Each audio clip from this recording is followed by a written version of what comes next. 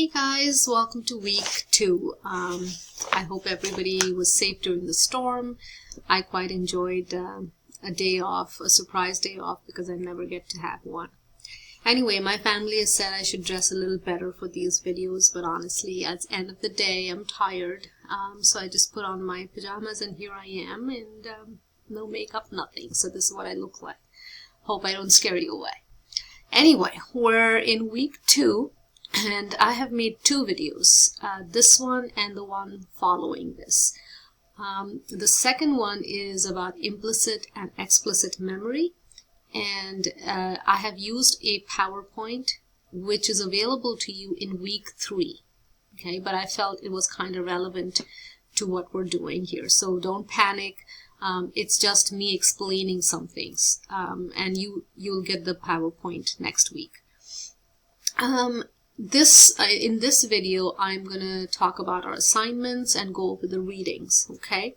So let me do that, and let's start with the assignments. We have week 2 discussion using the multiple dimensions of social work. So you would have been assigned a letter when you signed up for your triad and dyad presentations. So based on the letter that you get, you're going to have your prompt for this week.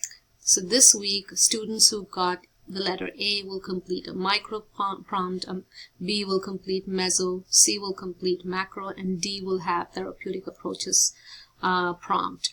So we will essentially be looking at Bruce Perry's case from multiple dimensions, okay, and it promises to be a very rich, invigorating discussion. So the case that we're going to discuss is about attachment. In fact, this entire week is about attachment, how our brain develops since childhood, what happens when trauma impacts it. So it's all about babies and creating new neural pathways and how we connect to each other. Van der Kolk talks about mirror neurons. You know, if you've ever fed a child, when you're feeding the child, your mouth opens, as if your mouth opening is going to have an impact on the child. And yes, it does, because of mirror neurons. People who are around you and watching you feed the child, even their mouth might open as they're watching this situation unfold. Okay, so this is a very minor example of mirror neurons, but we are built to do that biologically in order to connect to each other. Now, tigers can take care of themselves and lions can take care of themselves. They're able to defend themselves, but we humans need to be in a tribe, and we need to mirror each other and connect to each other. Now, trauma can be very isolating because no one can mirror it back to you. It is such a unique experience, and that's why trauma survivors sometimes feel very isolated. Also, if you're working in an environment which has a lot of trauma survivors, you start mirroring their trauma and you suffer from vicarious traumatization. So that's mirror neurons at work, and Van der Kolk kind of talks about it. Then you have Rothschild, chapter 2 and 3, and she's talking about, again, how the brain develops. And in the second video called Implicit and Explicit Memory, I've explained this a little bit more.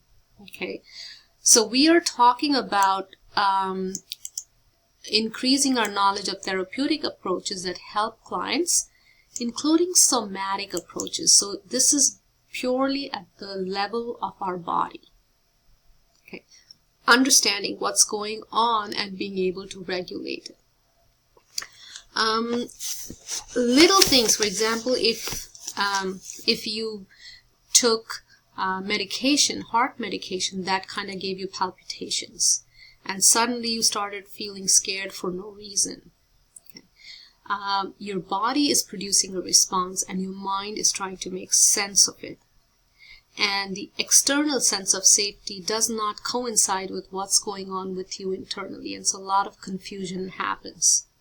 So I will not know, why did I suddenly start panicking? Is there something in the environment? And I will start scanning my environment. But if I have the knowledge that the medication I'm taking has this side effect, I will be able to self-regulate and calm myself down and tell myself, this is just the medication, everything else is okay. Okay? So sometimes our body sends messages to our brain, sometimes our brain sends messages to our body. And how does this all work? That's what this chapter, these readings are about. Now, Levine talks about, these two are really great videos. I highly recommend them. This is Ray's story. He's a veteran, and he works, Dr. Levine works with him on purely physical level. And it's very interesting to see how he makes him, utter certain sounds or do certain actions. So I would definitely recommend watching this video. Here he talks about the paralysis that we suffer from when we are traumatized, that fight or flight reaction goes away and we just freeze and we're immobilized, and how to mobilize out of that, how to break out of that fear is all what the trauma therapy is about. Okay, so he's talking about that here. So this is a great video. This I talked about how our brain develops. It develops from the bottom up. Okay, and that's why if something happens to our brain, like a traumatic experience while we're very young, it disrupts the growth of our brain. And this video talks about it. This video also talks about it. Okay, and Dan Siegel, this is a great video. It talks about how our brain functions. It talks about the amygdala, the prefrontal cortex, and he uses the hand model. And this is Anna's story, the ACE study, or Adverse Childhood Experiences study. Okay, all this points towards what goes through our body when we are threatened, and what can we do on a very physical level to reduce this feeling of threat. And it talks about the various nervous systems that we have in our body. We will be concerned with two main ones, the sympathetic and parasympathetic. Parasympathetic is one that helps you calm down. So the way you remember is parasympathetic is a parachute, slows you down, also known as rest and digest. Sympathetic is someone that is sympathetic to your cause and will fight for you. That's how you would remember it. And that is fight or flight. Okay, so we're talking about how these get activated. In a traumatized person, in a regular person, these go these work like a seesaw. So if your fight and flight is aroused, your parasympathetic is lower. Okay, it's not functioning at that point. When the rest and digest is functioning, then the sympathetic is not. And that's how it should be. In trauma, they both get locked. And then immobilization sets in. And the feeling of threat doesn't go away. It's like there's a tiger standing next to the door. I want to run, but I'm too afraid to, and I freeze. And so this week's reading and all the videos, they talk about this reaction.